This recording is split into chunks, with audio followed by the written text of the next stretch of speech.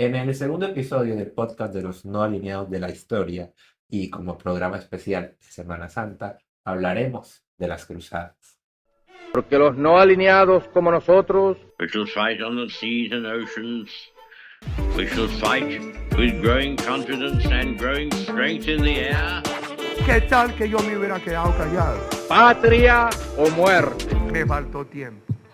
Hola. Hola, ¿qué tal quedó la intro, Alison? Quedó muy bien la intro, muy buena. Tú dices, Sí. ¿cómo estás? Saluda a tu audiencia. Hola a todos. Bueno, algunas personas se quejaron de que no hablaba tanto. La verdad es que yo aquí vengo es a escuchar a Jorge hablar, no a hablar yo. Yo hablo. Venga, tampoco tan así, ¿eh? Tampoco tan así, tampoco tan así. A ver, tampoco tan así. Eres parte fundamental de este programa. Bueno, De hecho, sin Alison no existiría el programa. Pero bueno, esto.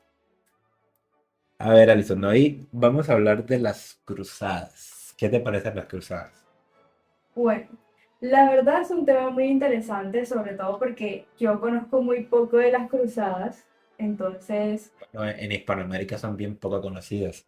Son más conocidas en Europa, algo así, porque pues al final a América se descubrió después de las cruzadas, por lo cual como tal eh, hace parte de nuestra historia cultural, pero no hace parte de nuestra historia biológica, por decirlo de alguna forma. ok, entonces, como tal, ¿qué son las cruzadas? ¿Qué pasó en las cruzadas? Ok, bueno, vamos a entrar de una vez en el lío, ¿ok? A ver, Sí, las cruzadas, resumido así, ¿no? En un corto párrafo para que lo puedan colocar en Twitter, bueno, en X, que ya no es Twitter. Las cruzadas fueron una serie de campañas militares emprendidas por los reinos cristianos de la época, es decir, la época medieval, alrededor entre el año 1096 y el año 1200 alrededor, ¿sí? Que decidieron, por un acto de fe, pues recuperar los territorios conocidos como Tierra Santa o los territorios en donde vivían eh, o los territorios en donde Cristo vivió. ok, ¿por qué convocaron las cruzadas? Cuenta. Bueno, a ver, para empezar a tratar este tema, pues digamos en plenitud, es necesario explicar algo. ¿Ok? A ver. Las cruzadas, ¿sí? Siempre se suele contar o suelen decir que fueron un movimiento ofensivo o de agresión, por así decirlo. Pero no, realmente las cruzadas son un movimiento defensivo y se convocaron como un movimiento defensivo, es decir, de ir a proteger el territorio en el que se consideraba que había vivido Cristo. ¿Ok? Vamos a darle un poco de contexto a eso. ¿Ok? Para eso hay que irnos varios siglos al pasado, ¿sí? Tan al pasado como a los inicios del cristianismo. ¿Ok? Como todos ya tenemos presente, el cristianismo, ¿sí? Nació en Tierra Santa, es decir, en lo que es hoy Jerusalén, hoy en día el Estado de Israel, Palestina, etc. ¿Ok? Una vez falleció Cristo, ¿sí? Los apóstoles, ¿no? Pues marchan en su viaje de prédicas, ¿sí? En este caso, Pablo de Tarso o San Pablo, ¿no? Es quien empieza, digamos, a llevar el mensaje a los gentiles, ¿sí? Entonces, claramente por un tema de cercanía, ¿sí? Los primeros territorios a los cuales llegó el mensaje de los gentiles son los territorios más cercanos a Tierra Santa, es decir, el territorio que hoy conocemos como Oriente Medio. Sí, a ver, para que todos nos entendamos, sí, el territorio de Siria, Irak, ¿no? En fin, todos estos países que están en lo que hoy conocemos como Oriente Medio, que cada dos por tres están dando de bombas y todo eso. Vale. Entonces, por ende, al inicio, sí, todos estos territorios eran cristianos, ¿sí? Y de hecho, la Iglesia Católica se dividía en 5 patriarcados, o lo que ellos conocían como la pentarquía. ¿Ok? A ver, ¿qué era la pentarquía? Eran 5 patriarcas que tenían casi la misma autoridad que el Papa de Roma. Es decir, a ver, por usar aquí un término, sin que nadie se me ofenda, eran 5 papas. ¿Sí? Eran 5 papas que hoy pues, no tenemos en cuenta porque todos estos territorios hoy en día son musulmanes, ¿sí? En su mayoría. Pero era, ok, el patriarca de Roma, el patriarca de Constantinopla, el patriarca de Alejandría, el patriarca de Antioquía y el patriarca de Jerusalén. Ok. Todos con una autoridad similar a la del Papa de Roma. Y el Papa de Roma gozaba, digamos, de un primus inter pares, ¿ok? O de un primero entre iguales, ¿no? Por ser la silla de Pedro. Aunque eso en el papel, pues digamos, no, a ver, no se tenía muy en cuenta a la hora de la verdad. Sí, pero, en fin, digamos que en el papel gozaba de eso. ¿Ok? Entonces, ¿qué sucedió? Todos estos territorios eran cristianos. Entonces, sucede que alrededor del siglo VI, ¿sí? a un pastor, ¿no? En la Meca, ¿sí? En la península arábica, a un pastor tuvo una aparición según el arcángel San Gabriel, ¿sí? Pastor llamado Mahoma o Muhammad, ¿no? Como le querramos decir. ¿Ok? Mahoma es, digamos, quien da las primeras prédicas de lo que posteriormente sería el Islam, ¿sí? Entonces, luego de la muerte de Mahoma, los seguidores de Mahoma, o sea, en su mayoría árabes, ¿sí? Que son árabes porque venían de la península arábica, que se tiende a creer que todos los musulmanes son árabes y para nada. ¿Ok? Pero originalmente los primeros musulmanes todos eran árabes. Entonces, esta gente salió de la península arábica y tuvo una de las expansiones más rápidas jamás vistas en la historia de la humanidad, ¿sí? Porque esta gente, ¿sí? Parte de la península arábica y en menos de nada, ¿sí? Se toma todo lo que es Oriente Medio, ¿sí? Es decir, en muy, muy pocos años hace desaparecer, pues, digamos, del poder de facto, ¿sí? Porque básicamente los deja sin fieles y sin fieles no hay un patriarca que tenga sentido, porque deja sin poder de facto a 3 de los 5 patriarcas, que era el patriarca de Antioquía, el de Alejandría, y luego unos años después, que ya llegaremos ahí, los turcos seleucidas se toman Jerusalén y desarticulan al tercer patriarca, sobreviviendo solamente el patriarca de Constantinopla, porque era pues, el antiguo imperio romano de Oriente o el imperio bizantino, y el patriarca de Roma, porque estaba muy lejos, ¿sí? Pero el avance de estos musulmanes es tanto que llegan a tomarse gran parte de la península ibérica e incluso se llegan a meter tan en la cocina que se llegan a tomar una parte de Francia, que es en donde Carlos Martel, ¿sí? los detiene en el año 732 en la batalla de Poitiers. Si Carlos Martel no detiene el avance de los musulmanes en Poitiers, muy seguramente el cristianismo hubiera casi que desaparecido del mundo. Sí, es tan importante es haber frenado ahí a los musulmanes que si no, Occidente no sería lo que es Occidente. Sí, No conoceríamos el cristianismo como lo conocemos hoy día, básicamente. tal cual, Tendríamos alguna otra religión o algo así. tal cual. Pero ahí ves de que realmente las cruzadas son una reacción a todos estos hechos que estamos contando. ¿Sí? Y ahora verás cómo viene pues, cómo se sigue desarrollando el tema. Ok, a ver.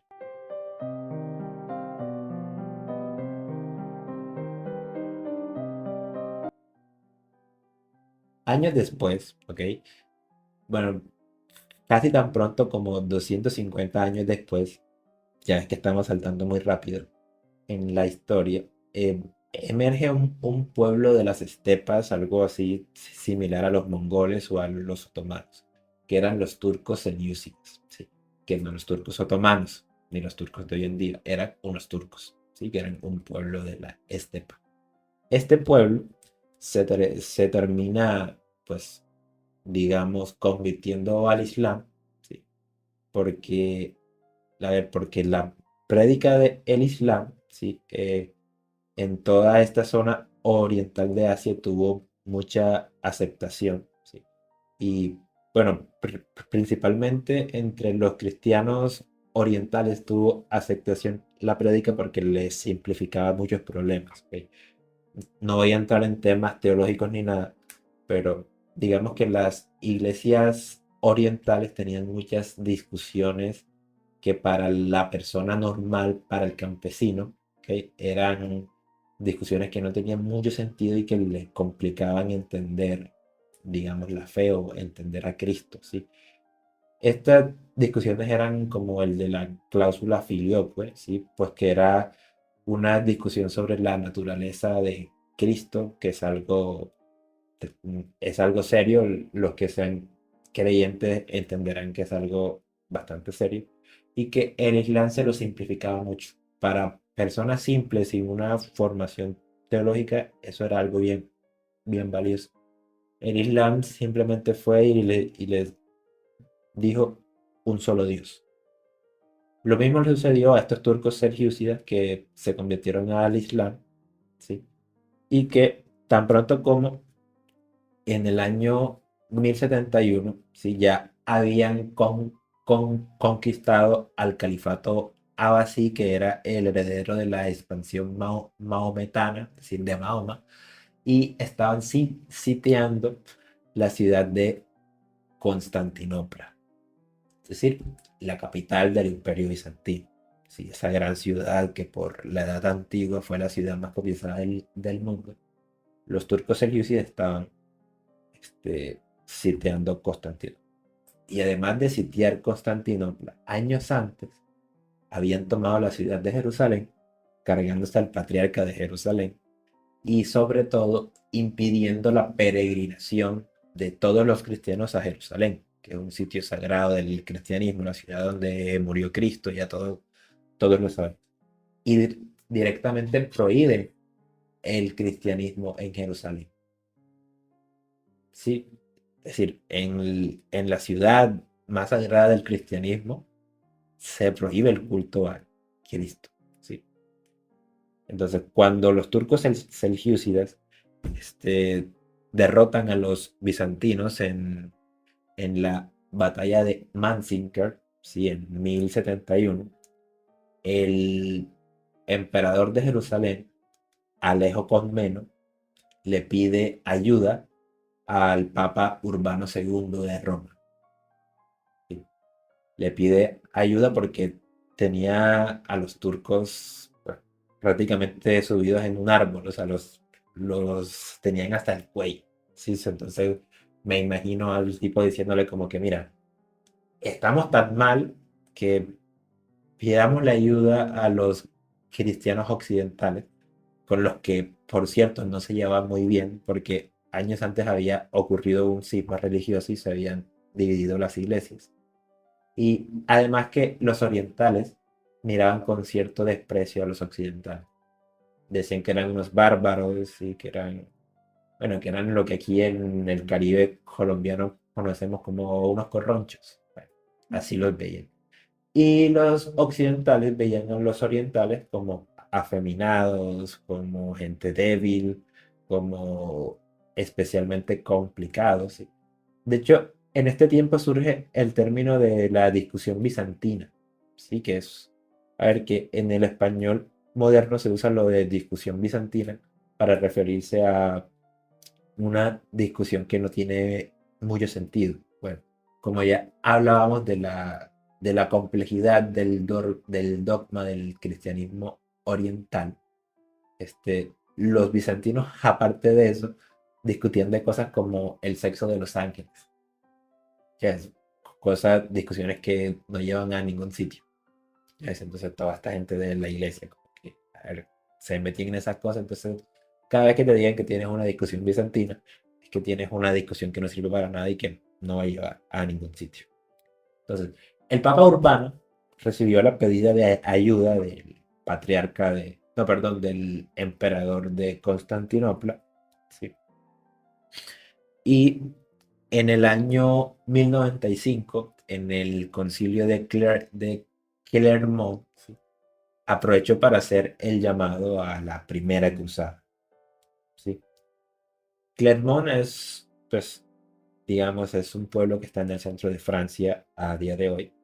Y al parecer, sí, ese noviembre de 1095, el Papa Urbano II se paró en la plaza e hizo el llamado, ¿no?, a todos los cristianos a ir a defender la Tierra Santa.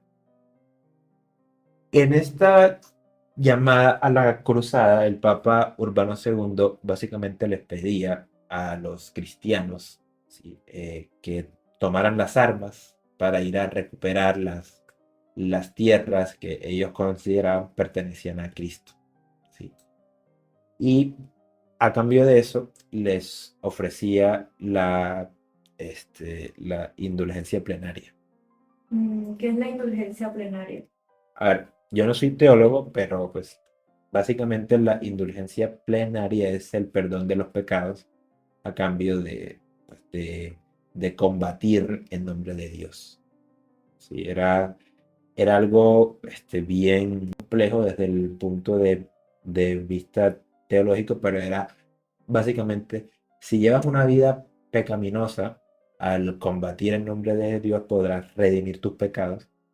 Y además todos los pecados que cometas combatiendo en nombre de Dios no serán pecados porque combates en nombre de Dios. De hecho, al final de su discurso, el Papa Urbano dijo una frase que sería usada por los cruzados como su grito de guerra, así que era Deus vult, o Dios lo quiere, traducido. Sí, entonces me imagino yo al Papa al final de dar su sermón allí diciendo Deus vult, y a todos los campesinos que lo estaban escuchando en Clermont gritando Dios lo quiere, Dios lo quiere, Dios lo quiere. Bueno, el Papa además de eso envió una campaña de predicación a través de todos los pueblos de Francia, y ahí donde llegaba la cristiandad, digamos, haciendo el mismo llamado a la cruzada. Sí, era el mismo llamado a la cruzada. Y esta promesa de indulgencia plenaria llamó incluso a mucha gente a ir a Tierra Santa y tomar las armas, incluso gente del común, es decir, gente pobre, pobres diablos, o sea, campesinos que no tenían ninguna experiencia en el manejo de las armas ni ninguna capacidad real de ir a combatir contra los turcos selyúcidas. Sí. Con tal de encontrar la salvación. Con tal de encontrar la salvación. Empezando así, entonces, la primera cruzada que se dividió en dos. La primera fue la cruzada de los pobres, que eran básicamente campesinos, mujeres, niños, es decir, gente normal, que movida por la fe decidió marchar a pie desde Francia hasta Constantinopla y luego a Tierra Santa. Sí. De hecho, hay una anécdota que los constantinopolitanos veían llegar a esta cruzada de los pobres y decían: les hemos pedido ayuda para combatir a los turcos y tienen una pinta tan harapienta y tan pobre que no sabemos si vienen a ayudarnos o a robarnos. O sea, era algo bien.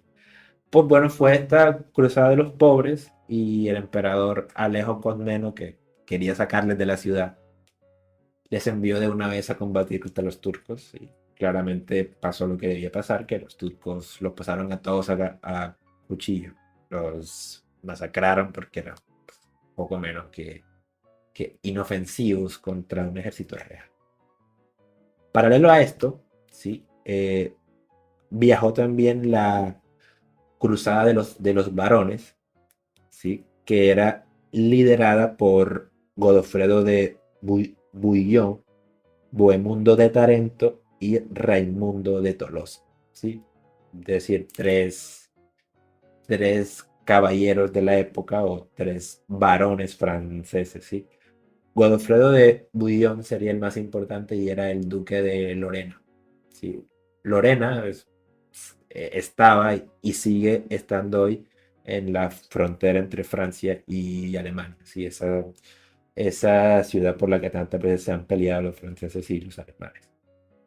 Bueno, de ahí era Godofredo de Bouillon. A diferencia de lo que ya vimos, esta cruzada de los varones en principio tuvo gran éxito. Y de hecho sería la más exitosa de todas. Porque esta logró tomar a los musulmanes por sorpresa y los encontró divididos porque las invasiones de los turcos selyúcidas, ¿sí? Habían dejado bastante diezmada, digamos, la confianza entre los musulmanes en aquel momento. Entonces, estos tres caballeros, Godofredo de Bouillon, Bohemundo de Tarento y Raimundo de Tolosa, marcharon con alrededor de 30.000 hombres a Tierra Santa y lograron tomar como primera victoria la capital de los turcos selyúcidas, que era Nicea. Luego lograron recuperar Antioquía en un asedio de varios meses con hambre, enfermedad, ¿sí? Y luego, incluso de que iban perdiendo, vencieron de nuevo a la ciudad para finalmente, en el verano del año 1099, lograr la toma de Jerusalén, ¿sí? Y finalmente, en la batalla de Ascalón, tuvieron una victoria final contra el ejército egipcio.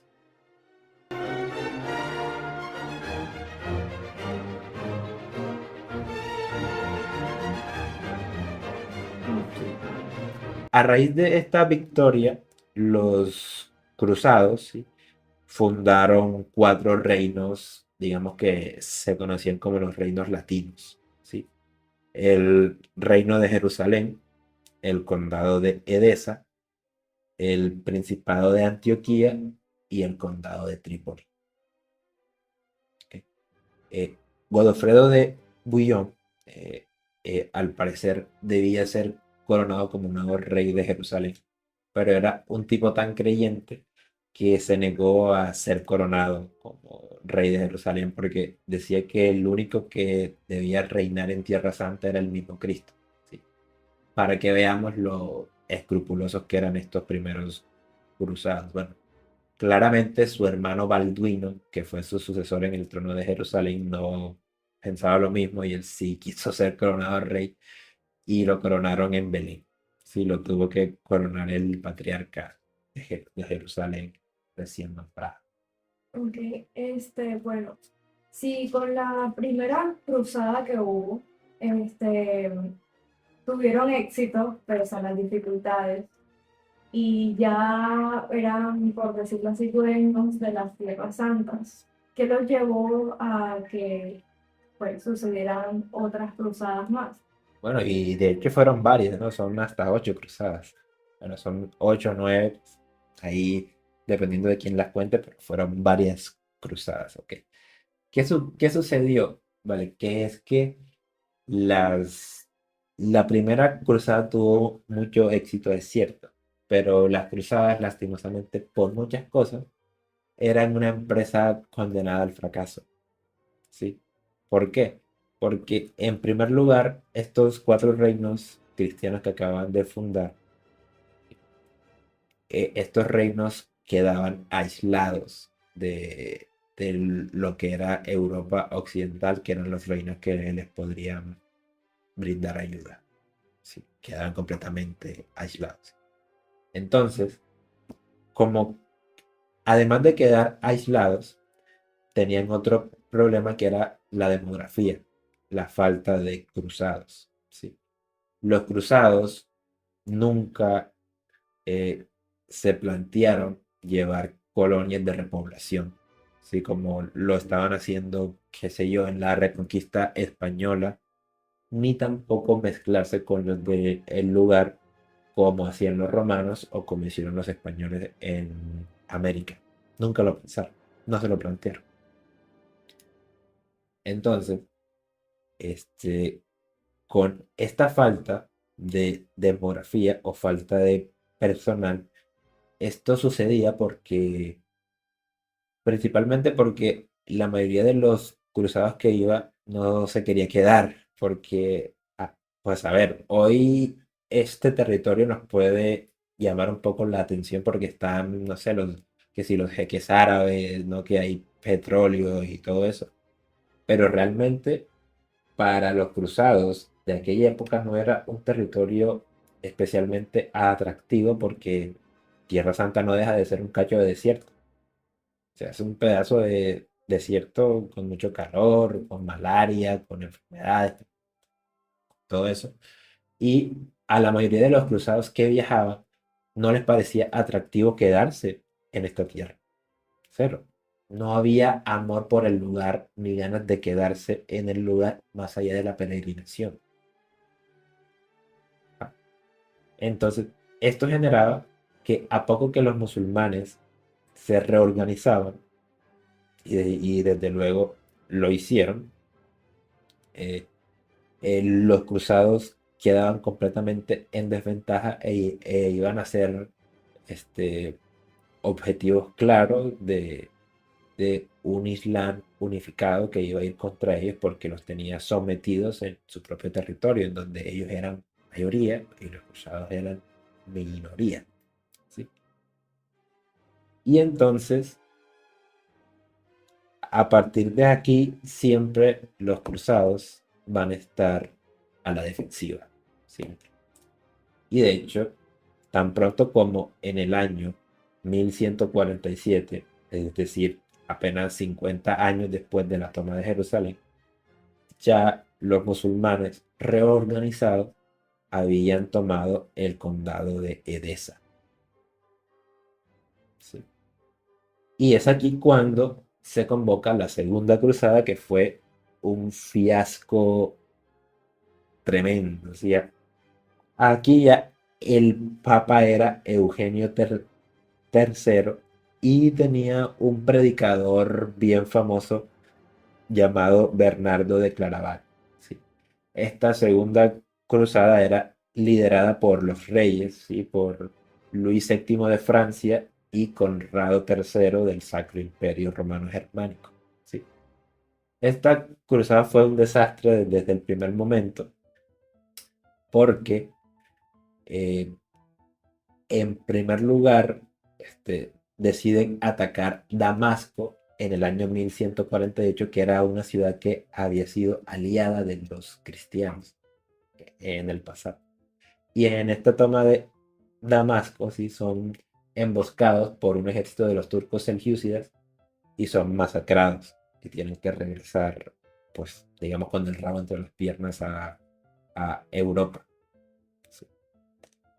Entonces, aquí ya con un Islam más reorganizado, emerge una figura que a mí me gusta mucho y que sale mucho en las películas, que es la de Saladino, ¿no? Que es una figura muy reivindicada por los islamistas de hoy en día, ¿no? Como esa figura de ese guerrero lleno de valores y que reivindica bien el Islam.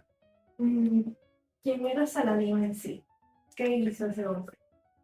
Saladino era un mercenario, sí, era hijo, sobrino y nieto de mercenario, sí, que era de una familia kurda, ¿ok? Originaria de Tikrit, sí, que es una comarca ubicada en el actual Irak, ¿ok?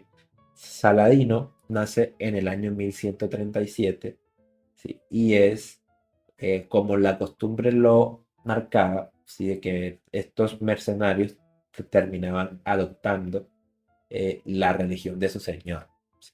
Por lo cual este señor Saladino es musulmán y era un musulmán muy devoto, sí, era un gran seguidor de las prédicas de Mahoma y de sus leyes, era alguien muy religioso, ¿sí? Entonces, debido a su buen desempeño militar, Saladino en el año 1169 es nombrado visir de Egipto, ¿sí? Nombrado por el sultán. Y Saladino, con mucha astucia y mucho pragmatismo, mucha calma también, porque era una persona, digamos, muy que se sabía mover muy bien tanto política como militarmente, logra unificar a la mayoría de las tribus musulmanas, ¿sí? Logra unificar todos los reinos que estaban alrededor de Egipto y de Siria. Sí, los logra unificar, ¿sí? Y eh, el 2 de octubre de 1187 logra vencer a los cruzados en la batalla de los Cuernos de Jatín. Sí, que es un nombre que yo la primera vez que lo escuché se me quedó en la cabeza, los Cuernos de Jatín. ¿Qué sucedió en los Cuernos de Jatín?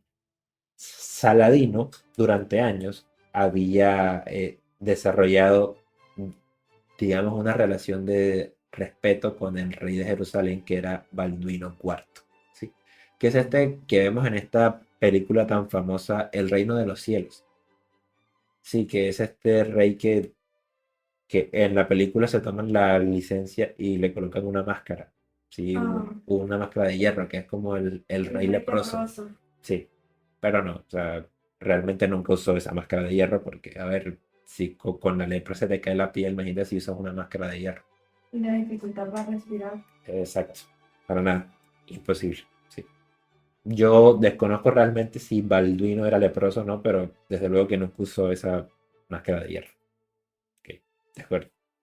En ese caso, Balduino y Saladino, años previos a la toma de Jerusalén, habían pactado una tregua que permitía a los musulmanes ingresar sus caravanas a Jerusalén para peregrinar, porque además de los cristianos, los musulmanes también peregrinan a Jerusalén. Ahí tienen la mezquita Al-Aqsa, ¿no? Que es en donde no tengo muy claro si Mahoma ascendió al cielo o el burro de Mahoma lo llevó hasta allí para que ascendiera al cielo, pero algo sucedió ahí para los musulmanes. Bueno, ellos ingresaban ahí a la ciudad. Tal. Resulta que había un caballero cristiano de Jerusalén que se llamaba Reinald de Chantilly, quien decidió atacar una caravana de musulmanes y masacrarlo. En esta caravana iba la hermana de Saladino y resulta bastante herida. Entonces Saladino, al ver que pues, los cristianos habían violado la tregua, se lanza con todas sus fuerzas a por la conquista de Jerusalén y los logra vencer en la batalla de los Cuernos de Jatín, en donde las tropas cristianas cometen muchos errores, demasiados errores. Y finalmente, al final de la batalla, Saladino le termina cortando la cabeza a Reinald de Chantilly. Lo hace personalmente, o sea, con lo raro que era ver a los reyes en este caso, o a los líderes, ejecutar personalmente a las personas, pero Saladino lo hizo por un tema de honor. Sí, y bueno, Le habían herido a su hermano. bueno, está bueno. Entonces, no sé si esto lo estará viendo Alex, pero no sé si Alex cortará cabezas por su hermana, pero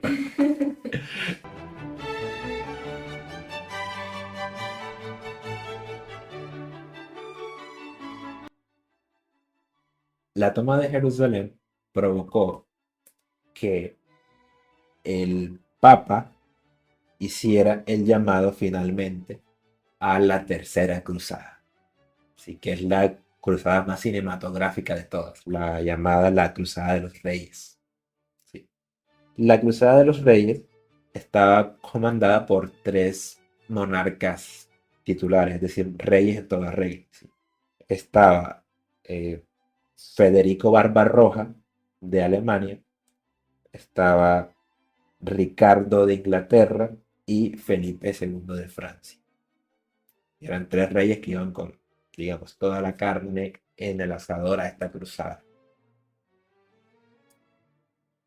La cruzada, al principio, tenía como protagonista a Federico Barbarroja, que era el emperador, ¿no?, del Sacro Imperio, que llegó a reclutar, dicen, 100.000 alemanes para ir a esta Tierra Santa y reconquistarla y todo lo demás. Para Federico todo empezó a salir mal porque cruzando Turquía y en un río en Anatolia, se cayó de su caballo en un río y se murió ahogado. ¿Sí? Por lo cual su hijo sí tiene que tomar control de las tropas y, digamos, guiarlas a la batalla. Esto hizo que el protagonismo de la cruzada recayera en Ricardo Corazón de León. Sí, que es otro de los personajes tan interesantes que tienen las cruzadas. Sí. A ver, para que tengas una idea, Ricardo Corazón de León es el rey que nos encontramos en las historias de Robin Hood. Sí, que es ese rey que según las crónicas sajonas es un rey bueno, no es un rey caballeroso y con todos los valores, y que en las historias de Robin Hood siempre parte a una cruzada, ¿sí? Y deja como regente a su hermano Juan sin tierra. ¿Sí? Tanto Ricardo como Juan son hijos de Leonor de Aquitania, ¿sí? Y descendientes del trono de los normandos. ¿Sí? A ver, haciendo un poco de memoria, los normandos habían invadido Inglaterra y habían relegado a los sajones a un segundo plano, ¿sí? Casi como a ciudadanos de segunda. Es en este contexto en el que Juan sin tierra aumenta la presión fiscal sobre los campesinos sajones, en el que la figura de Robin Hood se desarrolla. ¿Okay? Robin Hood era un noble sajón que al parecer se ocultó o creó una comunidad en el bosque de Sherwood, en la ciudad de Nottingham, y desde la cual se dedicaba a robar a los ricos para darle a los pobres. Esta figura tan reivindicada de siempre, ¿no? La de Robin Hood. Bueno, Robin Hood hacía esto porque el príncipe Juan les estaba sacando más impuestos, pero no porque el príncipe Juan fuera malo. Lo hacía para enviarle más recursos a Ricardo Corazón de León para que pudiera llevar a cabo su cruzada. A ver, Claro, y todos veían a Ricardo como el honorable rey que partió a luchar en nombre del Señor en estas cruzadas, y a Juan sin tierra como un villano detestable. ¿Sí ves? Como... que le aumentaban los impuestos. Exacto. Sí, para que veas que la historiografía siempre tiene este tipo de cosas que a saber que no entra a explicar completamente los detalles y eso nos hace dejar de entender gran parte de las historias. Bueno, ahí está. Ricardo, al parecer, también desarrollaría una relación de respeto con Saladino, que pues al final se convirtieron en algo así como su némesis, ¿no? Que era como, eres mi enemigo, pero al final te respeto. De hecho, en las crónicas está que incluso habían planteado como solución eh, casar a la hermana de Ricardo con un hermano de Saladino y obsequiarles como regalo de boda la ciudad de Jerusalén. Así solucionaban el tema. Todo iba bien hasta que Ricardo exigió que el hermano de Saladino se tenía que convertir al cristianismo. Y pues por ahí ya no pensaba pasar Saladino. Con todo y eso, las tropas de Ricardo emplearon todas las nuevas tácticas medievales de Europa y lograron tomar la ciudad de San Juan de Acre. Sí, de hecho, aquí hay una controversia, pues, digamos, en el mundo musulmán debido a la ejecución de los prisioneros. ¿Sí? Y en ese caso, en la batalla de Al-Suf, ¿sí? Las tropas de Ricardo logran una gran victoria sobre las tropas de Saladino y se proponían a marchar contra Jerusalén. ¿Ok? Los historiadores llevan siglos debatiendo el tema, pero al final Ricardo decide no marchar sobre Jerusalén y logra un acuerdo con Saladino en el año 1192, en el cual Jerusalén quedaba en manos musulmanas, pero Saladino se encargaba de garantizar el ingreso de peregrinos a la ciudad, de peregrinos cristianos en entiende, ¿sí? Y así se hizo hasta la muerte de Saladino, en la cual pues dejaron de dejar entrar a los cruzados y a todo el que iba lo pasaban a cuchillo, pues al final iba a terminar así, ¿vale? Porque eran gente bien de su tiempo. Ok. Esto llevó, ¿sí? A que pues se convocara la Cuarta Cruzada. Pero hasta aquí, hasta la Tercera Cruzada, digamos que las cosas iban relativamente bien. A partir de la cuarta, ya vamos a ver que todo va a ser un desastre completo sin ningún apelativo. ¿Ok? Bueno, la Cuarta Cruzada se convocó en el año 1202 y la convocó el Papa Inocencio III. A estos cruzados les ocurrió algo muy curioso. ¿Ok? Es que gran parte de los cruzados decidieron no marchar por tierra porque ya les habían cerrado el paso los musulmanes y iban en barco, ¿sí? Transportados por unos mercaderes venecianos, ¿sí? Por algunas vicisitudes de la época, los cruzados se quedaron sin fondos para pagar a los venecianos el viaje de regreso. Por lo cual, todo este grupo de hombres, ¿no? Pues, digamos, abandonados a la mano de Dios y sin dinero, terminaron saqueando la ciudad de Constantinopla en el año 1204. Y Constantinopla era una ciudad cristiana, era la ciudad cristiana por antonomasia en el Oriente. Y terminaron profanando las iglesias orientales, robando las reliquias y nunca llegaron a Tierra Santa. Es decir, Se empiezan todas las religiones religiosas. no, de hecho, las reliquias religiosas siempre han estado en este mercado. Lo que sucedió en Constantinopla es que los cruzados ingresaron a ella y empezaron a robar todo lo que pudieron. Sí, la saquearon terriblemente. ¿Sí? El Papa se agarró un enfado de los mil demonios porque a él los habían enviado a combatir en nombre de Jesús y termina saqueando una ciudad cristiana. Bueno, una ciudad cristiana oriental, pero es una ciudad cristiana al fin y al cabo. Sí, es decir, a ver, tu, tu objetivo está completamente desviado ahí, o sea, cero. Este fracaso tan rotundo de la Cuarta Cruzada llevó a la convocatoria de la Quinta Cruzada. ¿Sí? Esta Quinta Cruzada iba directamente dirigida a atacar Egipto, ¿no? Porque ahí pues ellos se colocaron medio cabezones y pues dijeron, al final fue un tipo que venía de Egipto, Saladino, quien nos quitó Jerusalén. Entonces enviemos tropas a Egipto a ver qué sucede con esto, ¿no? A ver cómo nos les arreglamos.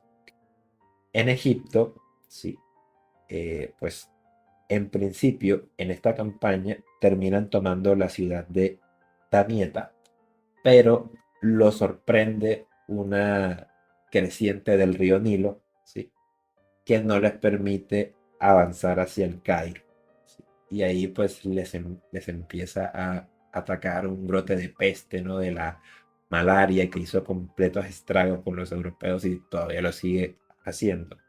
Y al final tienen que rendirse completamente a los musulmanes y regresar.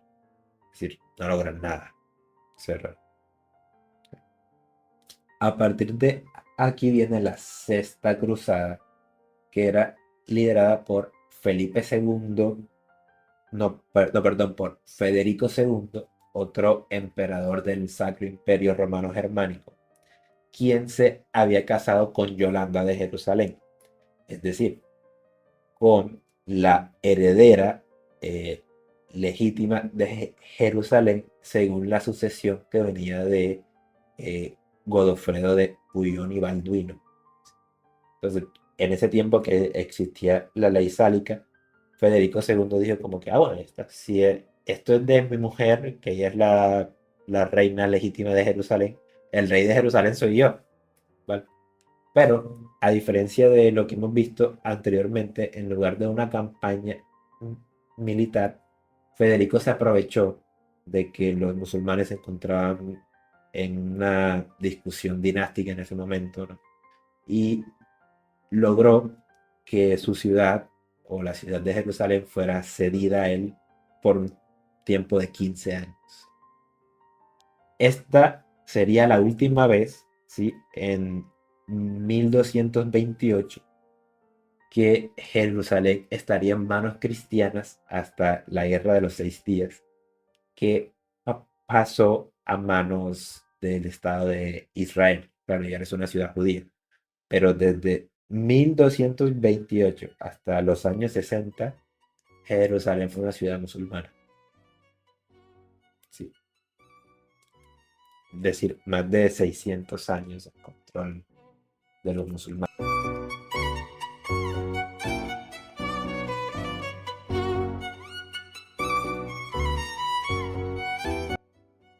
Sí, desde la segunda cruzada fueron fracasos tras fracasos y más fracasos en todas estas cruzadas. ¿Por qué no se detuvieron, qué sé yo, en la tercera, quinta cruzada, sino que llegaron a ser hasta 8 o 9 cruzadas, como tú dijiste, dependiendo a quién cuente? O sea, ¿qué motivaba o qué razón había para seguir insistiendo en algo que estaba tan condenado al fracaso? Estas campañas, al menos las primeras, no se hicieron con el ánimo de lucro ni de ir a saquear riqueza, como sí sería, por ejemplo, la conquista de América, ¿no? Que ya la vimos en el episodio anterior, que los españoles iban buscando el dorado. Claro. Esta gente lo hacía por fe. Es un tema de fe. Y la fe en aquellos tiempos, en la época medieval, era algo tremendamente serio. Es decir, hoy nosotros que vivimos en sociedades tan seculares, sí, nos parecen bárbaros, pero ¿cómo alguien va a ir y va a cruzar medio mundo y va a asesinar a alguien en nombre de su fe o en nombre de Dios, por ejemplo? ¿Vale? Nos cuesta entender.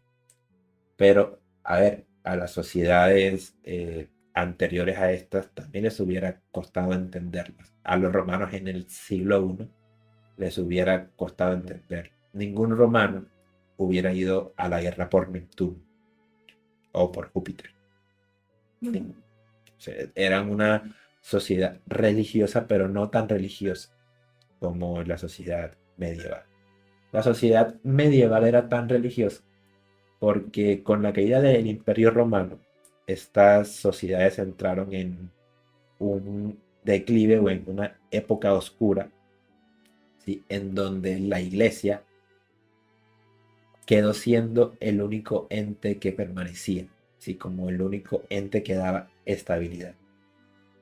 Claro, en ciudades que caían, en pueblos que sufrían invasiones bárbaras constantemente, ¿sí? La iglesia pasó a ser el único referente de estabilidad, ¿sí? Por lo cual pensar en el ateísmo en aquella época en Europa era impensable. O sea, nadie era ateo. O sea, de hecho, esta gente así no tenía lo que hoy conocemos como sentimiento nacional, ¿sí? Es decir, si tú en aquella época le preguntabas a cualquier europeo, ellos no te iban a decir soy francés, soy alemán, soy inglés, no, te iban a decir soy cristiano. O sea, es decir, el cristianismo era el factor más determinante de su identidad. Es decir, la fe lo significaba todo. Es decir, es algo que que nos llegaría a sorprender lo tremendamente devotos que eran estas personas. Entonces, ¿por qué no desistieron de ellas? Pues hombre, porque pensaban que era cuestión de simplemente seguir colocando más hombres y que al final, como ellos iban enviados, sí, iban enviados por Dios, recordemos que Dios lo quiere, Claro, tarde o temprano iban a terminar venciendo. Ya en las siguientes cruzadas, que serían la séptima y la octava, ya el tema se empieza a desvirtuar por completo. ¿Sí? Por ejemplo, sí, en la cruzada siguiente, la séptima, Luis IX de Francia, sí, decidió, pues era un rey de Francia bastante devoto, pero que se sentía llamado a trascender. ¿Sí? Ok. Por lo cual organizó otra cruzada y decidió marchar a Tierra Santa, pero sin ningún éxito. Quiso retomar la ciudad de Damieta y no lo logró, se fue. Y el mismo Luis IX terminó organizando otra cruzada, esta vez dirigida al norte de África. O sea, para que veamos que ya esto de retomar Tierra Santa ya ni siquiera ahora es simplemente ir a arrebatarles territorio a los musulmanes. ¿Sí? Y con esta octava cruzada, ¿sí? Ya pues el Papa ni siquiera estaba de acuerdo. De hecho, el Papa llegó a excomulgarle a Luis IX, al rey de Francia. Y esta octava cruzada, que yo considero que fue la última, fue un fracaso desde el inicio porque las enfermedades en el norte de África arrasaron por completo con las tropas cruzadas. Sí, eran enfermedades como la malaria, que ya le hemos nombrado varias veces, hizo completos estragos. A los europeos les sienta muy mal los territorios húmedos, así como el norte de África, por ejemplo, pero también le sucedía cuando los ingleses, los piratas, llegaban a Cartagena, por ejemplo. Lo pasaban realmente mal. Esta gente recién llegada, ¿no? Entonces les sentaba fatal el clima, todo, y terminaban pereciendo como pereció la última cruzada. De hecho, esta última cruzada es ejemplo de que ya en Europa ya las cruzadas inventaban bastante poco. ¿Sí? Y a partir de aquí, tras estos últimos fracasos, la presencia cristiana en Tierra Santa siguió disminuyendo hasta que en el año 1291 cayó la ciudad de San Juan de Acre, que era la última posesión, digamos, cristiana titular en Tierra Santa. Y con ella desapareció el último gran enclave latino en Oriente. Sí. De hecho, poco antes había caído Crac de los Caballeros, que era poco menos que el mejor castillo del mundo. Era una fortaleza militar infranqueable. Sí, que, bueno, que básicamente no fue derrotado, sino que los musulmanes usaron una paloma mensajera y engañaron a los caballeros que se defendían ahí, haciéndose pasar por los cristianos de Trípoli, que les ordenaban entregar la ciudad. Y bueno, al final cayeron en eso y pues, entregaron la fortaleza. Y así terminó la presencia cristiana en Oriente Próximo. A partir de aquí, Occidente se desentiende de Oriente, ¿sí? Hasta la Segunda Guerra Mundial casi. Y ya, pues, bueno, hasta la Primera, Segunda Guerra Mundial. Y ya nunca más vuelve a mirar hacia Oriente y coloca sus ojos en el Atlántico. Sí, de hecho, es aquí cuando Lanceroto Malocello, ¿sí? Que era un navegante genovés, descubre las Islas Canarias. Y a partir de aquí empezaría otra época, que es la época de los descubrimientos, que posteriormente terminaría desembocando en la conquista de América. Pero eso ya es material para otro programa. claro. Y yo creo que con esto ya podemos cerrar todo el tema de las cruzadas. Y bueno, hasta aquí todo lo que quería contar sobre las cruzadas. ¿A ti qué tal, Alison? ¿Te ha gustado? Claro, he aprendido mucho y puedo entender un poco más el contexto de, digamos, de toda esta creencia y toda esta devoción y por qué algunas personas son más devotos al cristianismo. Ok, vale, espero que a nuestros espectadores también les haya gustado. Y nada, pues desde aquí decirles que si les ha gustado este video o este programa, dependiendo si lo están escuchando por Spotify, que se suscriban a nuestro canal de YouTube, activen la campanita, nos dejen en los comentarios qué les pareció, qué tipo de contenido quieren ver. Los leo todos, les aseguro que los leo todos. Así que hasta aquí Que le den y like, que lo compartan. ya lo Eso escucharon. apoyaría Háganle caso muchísimo. a Alison. Vale. Pues hasta aquí y nos vemos en el siguiente programa del podcast del Submarino de la Historia. Chao. Chao. Porque los no alineados como nosotros We shall fight on the seas and oceans. We shall fight with growing confidence and growing strength in the air. ¿Qué tal que yo me hubiera quedado callado? patria o muerte. Me faltó tiempo.